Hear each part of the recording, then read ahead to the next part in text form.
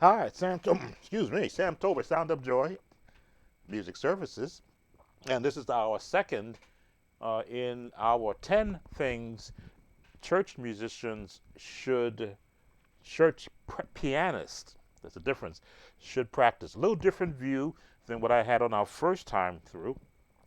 We're showing you more of what a pianist would see.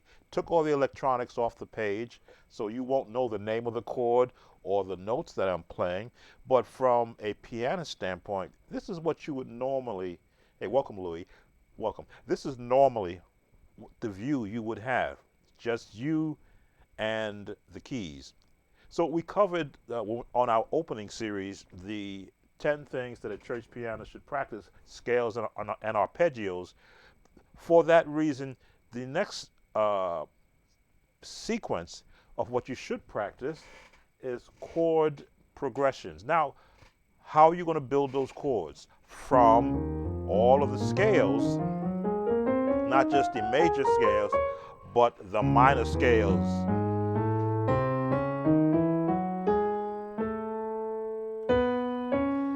And the different ones that there are, not just the harmonics, the minor scale, but the harmonic minor scale and the jazz minor scale in every key.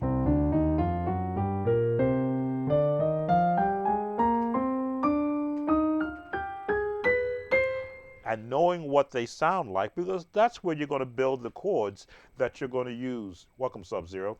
That's where you're going to build the chords that you want to use in your chord progressions. Now, the chord progression is we are going to tackle once again the number system from my basic standpoint of it, how I look at it from the point of view of a novice number system user. Key of C, we're going to look at the major scales as a place to start from. We're going to do our scales, and that's from point one, playing arpeggios, which are just a broken chord. We know these are how we're going to form our chords. Now again, we took the electronics off the page. Chordy app is not there showing you the name of the chord or showing you what notes I am playing. For those, welcome Eric, for those who have been playing any number of years, you know that this is middle C. It's going to be middle C every time you sit down to a piano that is correctly positioned with the transpose button in being in the correct spot. Middle C is always going to sound like this no matter what keyboard or piano that you're on. And you know this is going to be a C major chord. No need to have me display that for you because we're covering piano players. Piano players, when you adjust your playing to the instrument that you're on, usually you want weighted keys. So this way you can express yourself in how you're playing. You can play soft, you can play medium, you can play hard. That's really out there.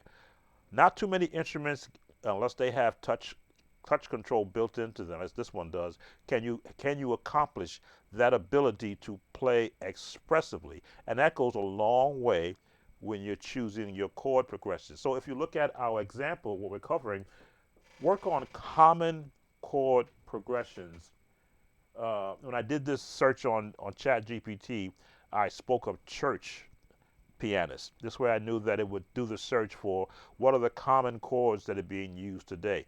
I have so many chords from my past where the number system really wasn't in use. It was here's the song and uh, here's how it is produced. But in today's world, you're going to be in the one. Let's give you a bass on the bottom. You're going to be in the one. And they give us the one, the four, and the five, and the one. Now, where I look at this concept for today's musicians, the different songs that you are learning, the melody is determining what positioning of the chords you're going to be using.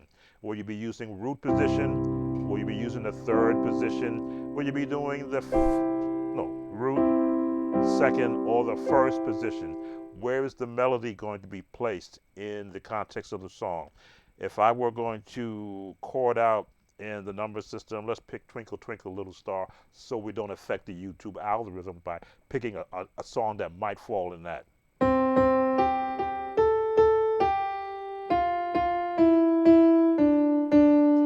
So that is in the number system. There's the 1, 4, and the 5. Now I say 4 because this is my chord I'm going to use. I'm not going to use a 6. Looking at it from a novice standpoint, 1, 3, 4, 3, 2, 5, 5, 1. Because where the melody is going, that gives me that generic and basic landscape for chords. Again, the 1, the 3, and this is really still the 1, but because we've just moved our inversions up, which is what you do when you are placing chords. 4. Now I'm going to throw a passing tone in there. I'm going to go back to the 3. I could put another passing tone in if I'll wait. The 2, melody at the top, back to the 5, but really we're doing a 1 chord, but the 5 chord is in there, 5 note is in there. Now we can resolve, or we'll go straight without a 7. We're not going to extend it yet. And very, very basic. Now, for a lot of musicians that are still learning piano, you would get bored with that, and I understand that. Without a melody in motion, those chords will become boring to play. This is when we add extensions. There's my extension. Stretch it out. Let's change a note. Different chord, but a whole different sound. Rather than this one, we just changed one note. Passing tone. We're going to passing tone again.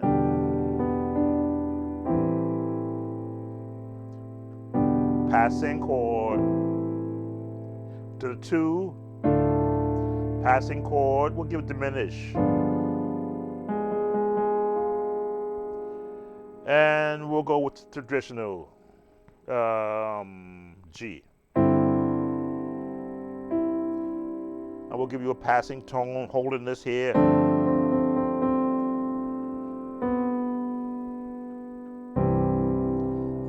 Now, all of a sudden, those progressions became a lot more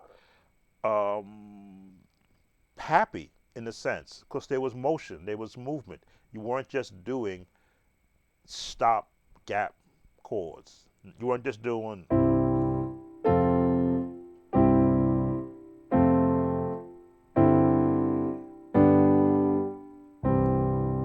the sustain pedal plays a lot in being able to, for the piano player, to extend your chords, to allow you to experiment outside.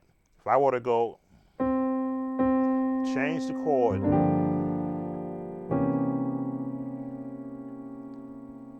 little scale movement, chromatic,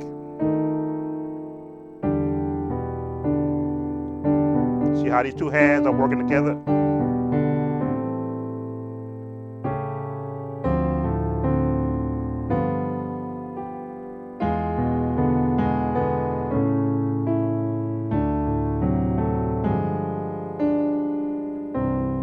So you're seeing how even with just the melody staying the same, and then taking advantage of extending the chords, putting in passing tones to go to the same place. The 1,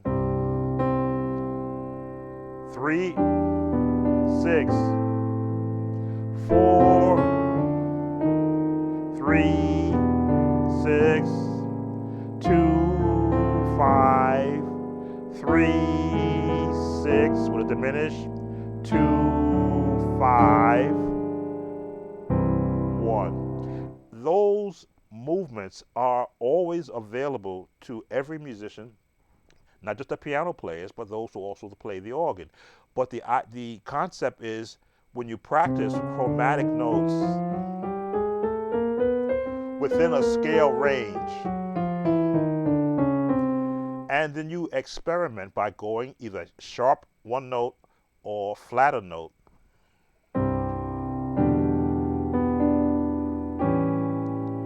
Flatter note.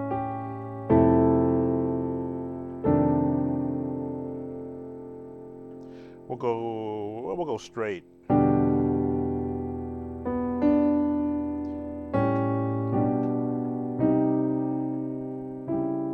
Now what is this? Walking up with scale.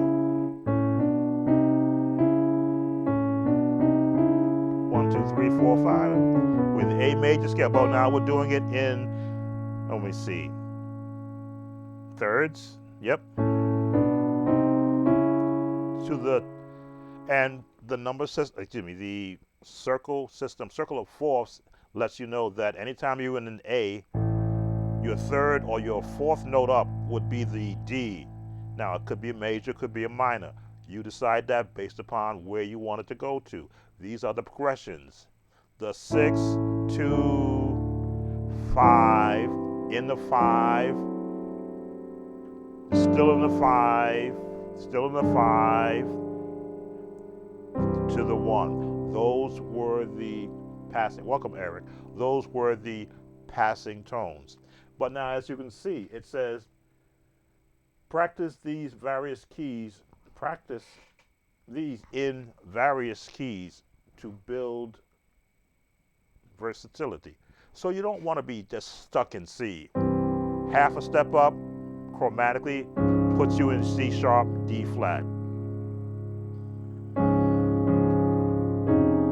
Now you can change your chords based upon the fact that you can now have to lock into a different set of keys memory-wise. And we're still doing Twinkle Twinkle Little Star.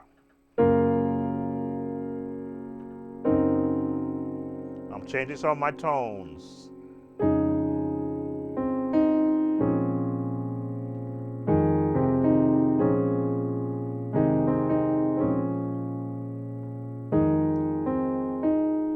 That's all I'm doing. I can do both hands and switch to change the tone. Again, now we're going to go to the E flat or E flat minor. Again, chordiap is not there, which means you're going to rely on your ears to hear what those chords would sound like. 5, 2, 5, 3, 6, 2, 5, 1. Now, and I'm counting the number system from 1, 2, 3, 4, 5, 6, 7, 1. So when I go 2, 2, 5, 3, 6, I'm just changing the chords on the left hand. 2 again, 5, 1. But the chords are what really gives the number system bass note its final piece of the puzzle. I could easily go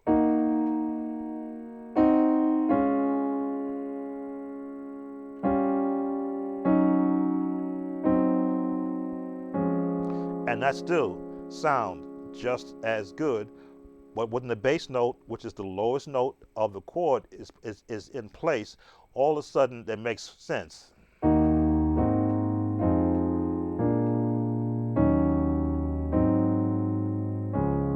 And all I'm doing is 2, 5, 3, 6, 2, 5, 1. But I'm assigning a chord and the melody is still riding at the top.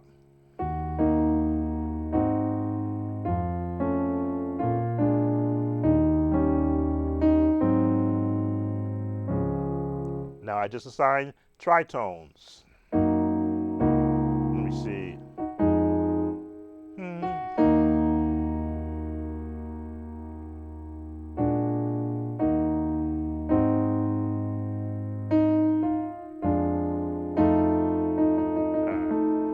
put my tritone at underneath the melody.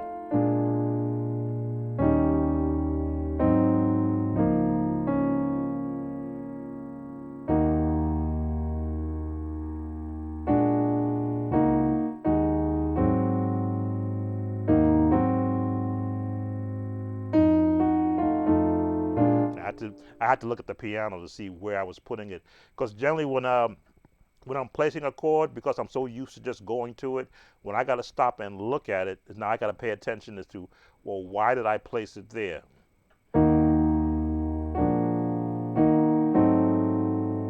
There it is. But I placed more than one note around it.